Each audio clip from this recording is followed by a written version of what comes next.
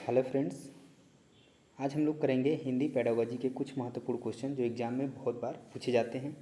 तो चलिए आज का वीडियो शुरू करते हैं और करते हैं आज का पहला क्वेश्चन। तो पहला क्वेश्चन आपके रहा स्क्रीन पे। पहला क्वेश्चन देखिए, पढ़िए और इस क्वेश्चन का आंसर दीजिए। क्वेश्चन क्या पूछा गया है कि हिंदी के विषय में क्या सही है। ठीक है, ऑप्शन पढ़िए। हिंदी भारत की राजभाषा है, हिंदी भारत की राष्ट्रभाषा है, हिंदी संपूर्ण भारत की मातृभाषा है, या इनमें से कोई नहीं। तो बताइए इस क्वेश्चन का आंसर क्या होगा। दोस्तों बता दें, देखिए अगर बात करें हिंदी भारत की राजभाषा है, ये बात बिल्कुल सही है। हिंदी भारत की राष्ट्रभाषा है, यह कहना गलत होगा। और मातृभाषा नहीं है, हिंदी संपूर्ण भारत की मातृभाषा नहीं है, क्योंकि संपूर्ण भारत की बात करें दोस्तों तो हर स्टेट में अगर अलग अलग राज्यों की बात करें जगहों जगहों पर तो जो है मातृभाषा चेंज होती रहती है। तो ये भी गलत हो जाएगा और यहाँ पर भी गलत हो जाएगा और ये इनमें से कोई नहीं भी गलत हो जाएगा। तो यहाँ पे जो आपका राइट आंसर बनेगा दोस्तों ऑप्शन नंबर ए बिल्कुल सही होगा। और आप लोग इसको याद भी रख कर चलेंगे कि हिंदी जो है भारत की राजभाषा है, न कि राष्ट्रभाषा है। नेक्स्ट क्वेश्चन की तरफ चलिए दोस्तों। Question number second. Question number second क्या पूछा गया है कि भाषा सीखने में बातचीत का इस रूप में सर्वाधिक महत्व है कि इसमें बच्चों का अच्छा समय व्यतीत हो जाता है, शिक्षक और बच्चे दोनों ही बातचीत में रस लेते हैं, बच्चे विभिन्न उद्देश्यों के लिए भाषा का प्रयोग करना सीखते हैं, या बच्चे दूसरों के शुद्ध उच्चारण का अनुकरण कर सकते हैं। यहाँ पे क्या होगा राइट आंसर, तो दोस्तों बता दें यहाँ पे जो राइट आंसर बनेगा ऑप्शन नंबर सी बिल्कुल सही होगा कि बच्चे विभिन्न उद्देश्यों के लिए भाषा का प्रयोग करना सीखते हैं। नेक्स्ट क्वेश्चन देखिए, क्वेश्चन नंबर थर्ड पूछा गया है कि प्राथमिक स्तर पर आधारभूत कौशल है। ध्यान से समझिएगा, प्राथमिक स्तर की बात की जा रही है। तो क्या लिखना और बोलना, पढ़ना और लिखना, सुनना और बोलना, या पढ़ना और सुनना। देखिए प्राथमिक स्तर पर जो आधारभूत कौशल है वह क्या है, सुनना और बोलना। तो इस क्वेश्चन का जो राइट आंसर बनेगा ऑप्शन नंबर सी बिल्कुल सही होगा। नेक्स्ट क्वेश्चन देखिए दोस्तों, question number four. Question number four पूछा गया है कि तीसरी कक्षा में पढ़ने वाली सुनैना अक्सर स को स कहती है। भाषा शिक्षक होने के नाते आप क्या कहेंगे।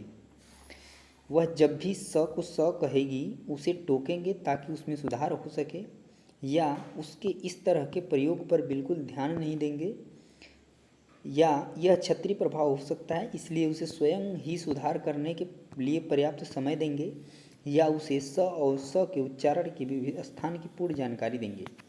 तो यहाँ पर देखिए हमेशा बच्चे को क्या करना है, पर्याप्त समय देना है, पर्याप्त अवसर देना है।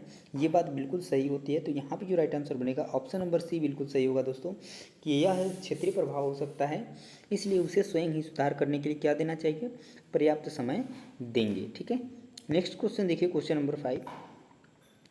क्वेश्चन नंबर फाइव में पूछा गया है कि भाषा केवल अभिव्यक्ति का माध्यम ही नहीं बल्कि स्वयं से का माध्यम है। क्या लिखने का माध्यम है, पढ़ने का माध्यम है, बातचीत का, या सुनने का। तो यहाँ पे अगर आप सेट करेंगे, यहाँ पर जो रिक्त स्थान में आएगा आपका वर्ड वो होगा क्या, तो बातचीत। यानी कि भाषा केवल अभिव्यक्ति का माध्यम ही नहीं बल्कि स्वयं से बातचीत का माध्यम है, ये यहाँ पर सही होगा। नेक्स्ट क्वेश्चन देखिए, नेक्स्ट क्वेश्चन पूछा गया है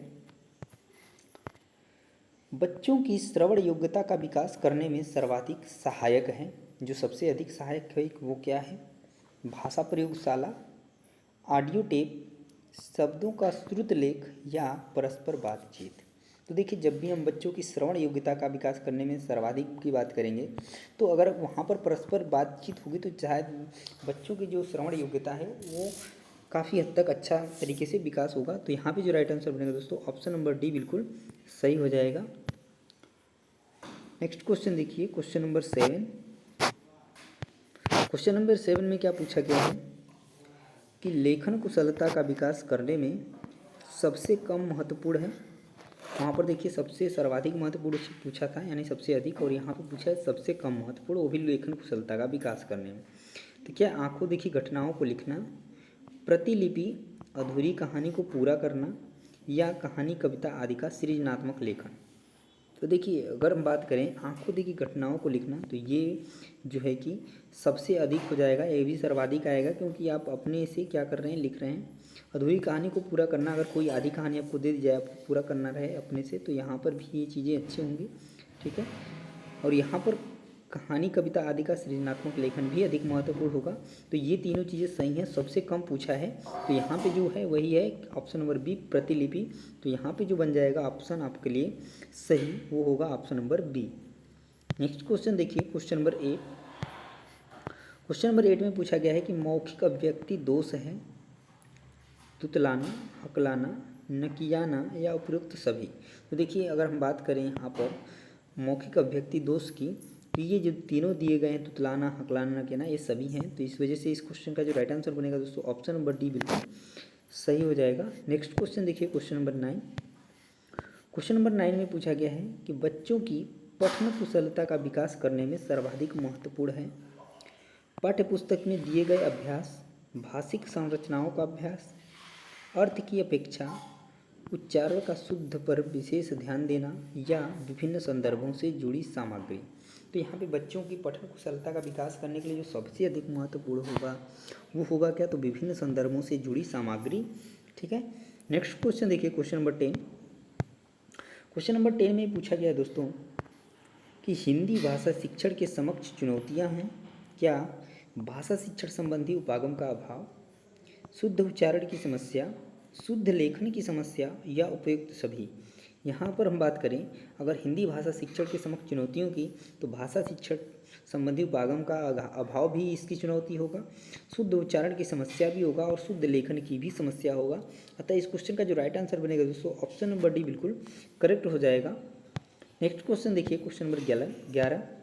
क्वेश्चन नंबर 11 में क्या पूछा गया दोस्तों कि भाषा शिक्षण की पद्धति नहीं है। ठीक है, तो मॉन्टेसरी भाषा शिक्षण की पद्धति है, किंडरगार्टन ये भी है, ड्रेवॉली ये भी है। ऑप्शन नंबर डी जो है अभिक्रमित अनुदेशन, ये भाषा शिक्षण की पद्धति नहीं है। अतः यहाँ पे जो राइट आंसर बनेगा दोस्तों ऑप्शन नंबर डी बिल्कुल करेक्ट हो जाएगा, अभिक्रमित अनुदेशन। नेक्स्ट क्वेश्चन देखिए, क्वेश्चन नंबर 12। क्वेश्चन नंबर 12 में पूछा गया है कि किस दृश्य उपकरण में पारदर्शी का प्रयोग होता है, स्लाइड प्रक्षेपक में, ओवरहैंड प्रक्षेपक में, अपारदर्शी प्रक्षेपक या एपिडाइस्कोप में या फिल्म स्ट्रिप में। तो देखिए जो हम ट्रांसपेरेंसी की बात करते हैं, पारदर्शिता की बात करते हैं, तो वो जो उपकरण में प्रयोग होता है वो है आपका ऑप्शन नंबर बी यानी कि ओवरहैंड प्रक्षेपक। ठीक है। नेक्स्ट क्वेश्चन देखिए, अगला question, question number 13। Question number 13 में पूछा गया दोस्तों कि शिक्षक द्वारा सामान्य रूप से बालक के किस भाषा कौशल का विकास किया जाता है। तो अगर हम बात करें सामान्य रूप से बालक का जो विकास होता है भाषा कौशल का, वो क्या किसका होता है, तो वो आपका होता है श्रवण कौशल का। किसका, श्रवण कौशल का, जो कि आपका ऑप्शन नंबर ए में है। तो यहाँ पर जो राइट आंसर बनेगा ऑप्शन नंबर ए बिल्कुल सही हो जाएगा दोस्तों। नेक्स्ट क्वेश्चन देखिए, क्वेश्चन नंबर 14। क्वेश्चन नंबर 14 में पूछा गया है कि भाषा के अन्य विषयों से संबंधित कार्य हैं, क्या क्या हैं, क्या अन्य विषयों के शिक्षण का माध्यम है, जी बिल्कुल है। ठीक है, अन्य विषयों के प्रस्तुतिकरण का माध्यम है, ये भी बात सही है, एक एवं दे दोनों, तो ये इस वजह से ये भी सही हो जाएगा। क्या प्रयोग का माध्यम, तो नहीं। तो यहाँ पे जो राइट आंसर बनेगा दोस्तों ये दोनों सही है, इस वजह से ये सही हो जाएगा। तो यहाँ पे जो बनेगा ऑप्शन नंबर सी जो है इस क्वेश्चन के लिए राइट हो जाएगा दोस्तों। नेक्स्ट क्वेश्चन देखिए, अगला क्वेश्चन, क्वेश्चन नंबर 15। यहाँ पे 16 लिख दिया गया है पर 15 यहाँ पे सही होगा। ठीक है, तो देखिए इस क्वेश्चन में पूछा क्या गया है कि कोई भी भाषा किसी भी, बहुत ही इंपॉर्टेंट क्वेश्चन है, कोई भी भाषा किसी भी लिपि में लिखी जा सकती है, इस कथन पर आपकी राय है। क्या यह बिल्कुल संभव नहीं है, यह बहुत हद तक संभव है, या हर भाषा की अपनी लिपि होती है, या भाषा और लिपि के बीच एक सीधा संबंध। तो बता दें दोस्तों यह बिल्कुल संभव नहीं है, ये बात बिल्कुल गलत है। ठीक है, क्योंकि कई भाषाएं एक ही लिपि में लिखी जाती हैं। ठीक है, तो इस वजह से ये जो है गलत हो जाएगा, और यह बहुत हद तक संभव है, ये बात बिल्कुल सही है। और हर भाषा की अपनी लिपि होती है, तो अभी हम बताएं कि एक ही मतलब कई भाषाओं की एक ही लिपि भी होती है, तो इस वजह से ये भी गलत हो जाएगा। ठीक है, और ऑप्शन नंबर डी भी हो जाएगा। तो यहाँ पे जो राइट आंसर बनेगा दोस्तों ऑप्शन नंबर बी बिल्कुल सही हो जाएगा। ठीक है, तो ये था दोस्तों आज का पूरा कंप्लीट सेशन, जिसमें कि हम लोग पूरे के पूरे 15 क्वेश्चन किए। आपका कितना सही हुआ ये कमेंट में ज़रूर बताइएगा, और आपकी तैयारी कैसी रही इसके लिए आप लोग प्रैक्टिस सेट करने के लिए अलग अलग सब्जेक्टों के चैनल को सब्सक्राइब करें और बेल आइकन को प्रेस करना ना भूलें, क्योंकि ऐसी वीडियो आपको डेली बाय डेली मिलती रहेंगी। मिलते हैं नेक्स्ट वीडियो में अगले प्रैक्टिस सेट के साथ। तब तक के लिए जय हिंद।